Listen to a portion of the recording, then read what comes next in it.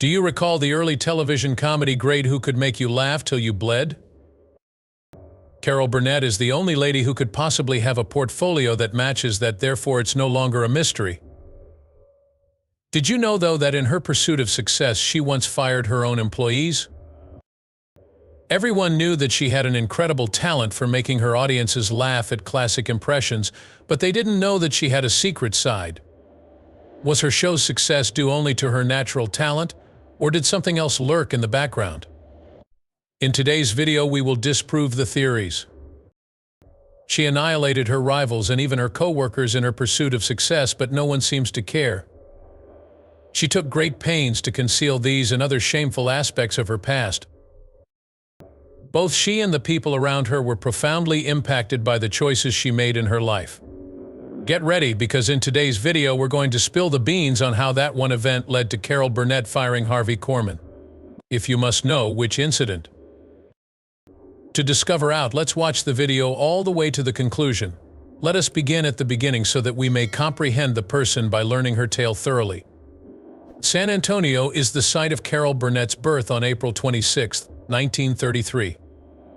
People assume she had it good because her family was famous in the entertainment world, but they have no idea that her parents exemplified corruption.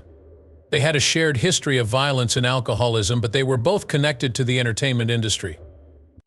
Although she pleaded for a change as a child in order to lead a normal life, the transformation that ultimately occurred was not what she had anticipated. She was coerced into leading a regular life rather than kicking her alcohol habit. At a young age, her parents decided to forego raising her and divorced. Mabel Eudora White, her grandma, took her in and raised her younger half-sister Chrissy. Perhaps it was for the best, since Carol will always treasure the life that Nanny gave to these girls. Although she now resides in Hollywood, some could claim that her upbringing was still filled with stardom, but what sort of advantage would one have in the ghettos of the city? In one of Hollywood's poorest districts, she and her sister and Nanny lived in a one-room apartment. People in the slum argued and screamed, forcing the performers' audiences to listen to their every word instead. She kept her optimism and knew from the start that she would become her own inspiration and star, if no one else would. Even as a little girl, she had a remarkable gift for dazzling audiences with impersonations of famous individuals. Her ability to bring joy and optimism into people's lives made her incredibly endearing, and she soon had a legion of fans. However, being polite to everyone would not lead to a pleasant life for her. She wasted little time picking on this. She was merely a little girl from the slums whose parents had gotten a divorce due to their drinking. When you see someone like that in a classroom, what impression do you get? She was shunned. She became timid because she felt so out of place. Her family's encouragement and strength had an effect, and she began to carry herself with more self-assurance. She began to tell the most outrageous jokes and everyone laughed, since no one hates a humorous person. She had suddenly become the class clown just by doing this. What then was the deciding factor in her life choices? She would often recount the story of the fourth-grade teacher who had her students write an essay about their goals for the future. That's why she expressed her aspirations to join the acting world in a lovely essay. The instructor was so moved by this that she encouraged the student to pursue her passions and gave her her full support. She joined the drama club before her first day of high school and was always a joy to be around, bringing joy and laughter wherever she went. Even in high school, no one could compete with her brilliance, so she learned that she wasn't just a small fish in a large lake, but a huge fish in a small pond. Since acting was the one thing that had always satisfied her, she began to think about pursuing a career in that field. Carol was able to attend UCLA on a full scholarship after she graduated from Hollywood High School in 1951. It should be noted that Carol had initially intended to pursue a career in journalism. And you know what? If she wanted to accomplish that, UCLA was her best bet. She had already decided to pursue a career in Hollywood, so she left her journalism job, accepted a scholarship to UCLA, and set out on her own with a heavy heart. The road she was taking was rife with danger, but she had no idea. At UCLA, she took her first bold steps toward a career in theater, where she was involved in numerous shows and quickly rose to celebrity status. Her ambitions were unfunded despite her brilliance. To put food on the table, she turned to odd jobs like becoming an usherette at the theater. She met her college sweetheart, Don Soroyan, just here at this very moment. They were eager to settle down after meeting and falling in love so fast. She wed Don in 1955, following the cultural conventions of the day that dictated women should enter into marriage as soon as feasible. Her role in the student film The Fall of the City marked a turning point. At this very moment, she also knew that acting was her calling and that everyone adored her. Meeting her acting teacher, Dr. Milton Gonzalez, at UCLA was a life-changing experience, so she's glad she went. She blossomed into a comedic and acting prodigy under his tutelage. She felt prepared to take on the world now that she had these abilities at her disposal. However, have you all overlooked anything? The early 19th century. If a confident and outspoken woman were to step into the spotlight, how would the sexist society perceive her? Complete anarchy. To make a long tale short, she was universally despised. To be more precise, they believed that her outspoken personality and manner of behavior were unsuitable for television at the moment. It was because back then males used media like television to keep women in their proper place, submissive and obedient. For that reason, audiences often anticipated seeing women in more subdued roles in cinema. That is merely superficial. Producers were actually apprehensive that she may diminish the screen value of their male leads if given too much screen time. They were also pessimistic about her chances of making it big in the entertainment industry. But Carol was determined to show them how wrong they were, and nobody could have stopped her. The Mama's Family comedy on The Carol Burnett Show was going to be a dark initiative, but thanks to Carol's talent, it turned cartoonish rather fast. And that's when she started taking her work seriously. Put it this way, you're starting to establish a solid foundation for your profession when, out of nowhere, your once abandoned parents return. Most people would be glad about it, but they returned to her life to wreck her even more. Out of nowhere, her mother began to strongly disapprove of her acting career. She thought writing would be a better, safer choice for her career, so she encouraged her to pursue it. She had witnessed the miseries of a failed entertainment career before, which is her argument. However, she had different intentions for her own child. Her mother wasn't the only one. Don, her husband, felt neglected and overwhelmed as a result of everything going on, so he begged her to quit being ridiculous. In 1962, Carol filed for a divorce from Don to devote herself fully to her acting profession, and she paid her no heed. Carol was mainly attractive due to her charisma and sense of humor, but she also took a lot of flack from her colleagues in the profession who were too concerned with her appearance. Furthermore, the death of her daughter, Carrie Hamilton, was the most upsetting event for her. It would be a shame not to document her ordeal and her mother Carol's heroic efforts to rescue her. Rest assured, we will address that matter in greater detail later on in the film. Carol finally found Joe Hamilton in 1963 after a long and difficult search, and they decided to get married again. He was involved in the entertainment industry, therefore he didn't mind that she was an actress. He went so far as to create her show, The Carol Burnett Show, showing his support for her. Carol Burnett's most renowned opening audience QA sessions, musical performances, and comic routines made this television show a fan favorite.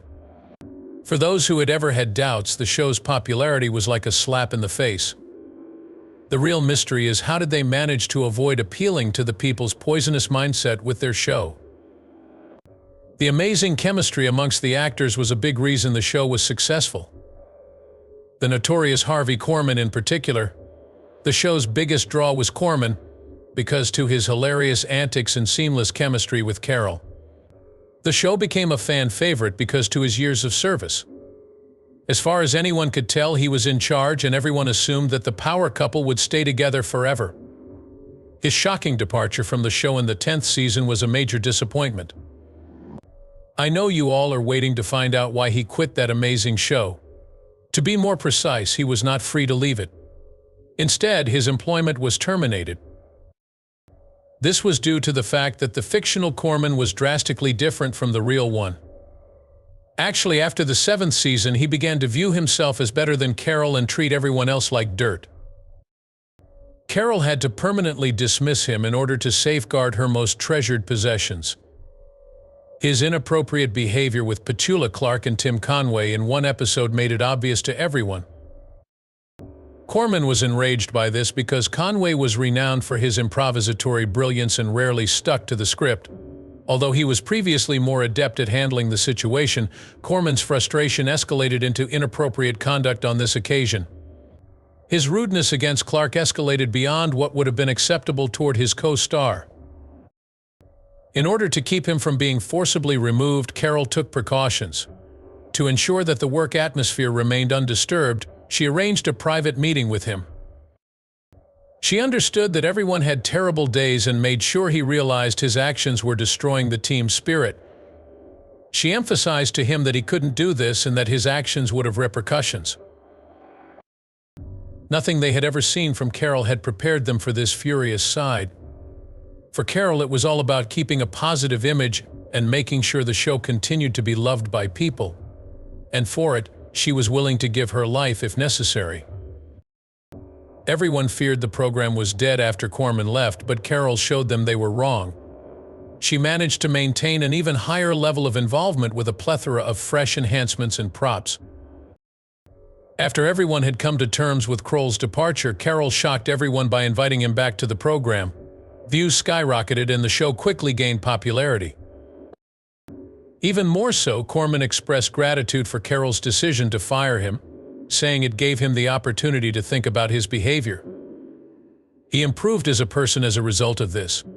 Some thought she was strange for forming such an instant bond with the cast members. She seemed to gel with the cast like a sponge. She decided to give some of the characters Southern accents, which is the solution to that question. She had finally found someone in her co-stars who looked like her relatives from Texas and Arkansas. Actually, the authors despised it. It was completely unprecedented, and they were certain it would be a complete failure. Because it was so well received by viewers and caused the show to break ratings, it must have been a woman's instinct. Carol had thought about what to do in the event of an unexpected event because her plans for the concert were so far ahead of schedule. Her co-stars were aware of her terrifying side, despite her reputation for being hilarious. She would not hesitate to reprimand anyone who crossed her bounds because she was so rigid. Especially because, as we have previously mentioned, the manner in which she dismissed the show's protagonist, Korman, was absolutely horrifying. This made it clear that she would stop at nothing to guarantee the show's success. However, he ensured that the cast always felt comfortable around her by having them participate in various superstitions and lucky charm activities, which helped them to understand how approachable and easygoing she is.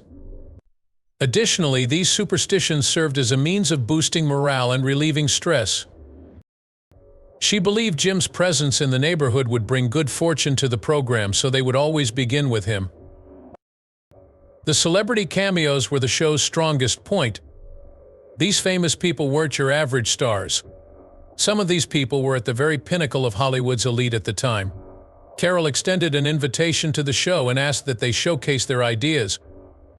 Notable figures in this group include Steve Martin, Julie Andrews, Robin Williams, and Ronald Reagan. There was a good time with everyone. However, she took it to the next level by bringing Bette Davis into the program. Joe Hamilton, the actress's husband and producer, was concerned that the actress's high standards might have a detrimental impact. You should all be aware that Joe Hamilton had just as much of an impact on the program as Carol did. Since the husband played the role of breadwinner on the set, that is when we show Carol our generosity. From the sketches to the guest stars, he was the one who had to polish the show. His direction and guidance of the show's minor elements was crucial to its success. His support and assistance to Carol was just remarkable, even when we disregard his work as a producer. On more occasions than she could count, Carol had confessed that he had been her rock throughout her life. Was her marriage to her spouse the source of everlasting happiness following the death of her parents? Carol did not get lucky with this, unfortunately. She and Joe had 3 daughters, Carrie, Jody, and Erin. Carrie battled addiction at a young age and got into questionable business early on. At 37 years old, she received the devastating news that she had lung cancer.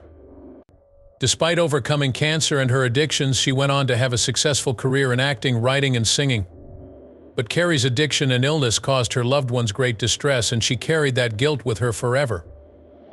Carol often expressed how devastating it was to see her daughter fight such a terrible condition and such a powerful addiction.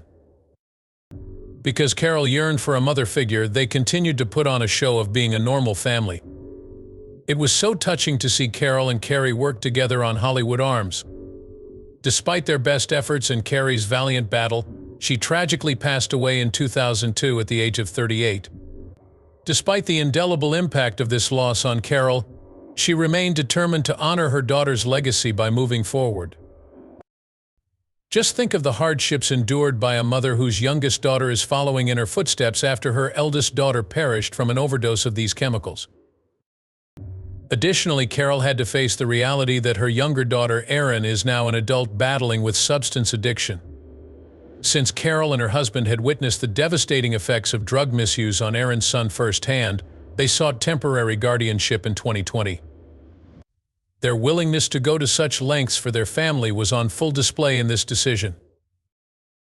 Another thing about this woman you should know is that she had to divorce Joe Hamilton in 1984 after 20 years of marriage due to some personal problems, but she wasn't exactly a recluse. She wed the famous musician Brian Miller in November of 2001 after a brief 17 years of loneliness. Another interesting aspect is that the couple was 23 years apart in age, and Carol was 68 years old when this happened. What they say, though, is that life is blind to age. Their lives together have settled into a tranquil Santa Barbara, California routine now. At 91 years of age, she has amassed a fortune of $45 million. Carol exemplifies the rich history of Hollywood and lived a full and fruitful life.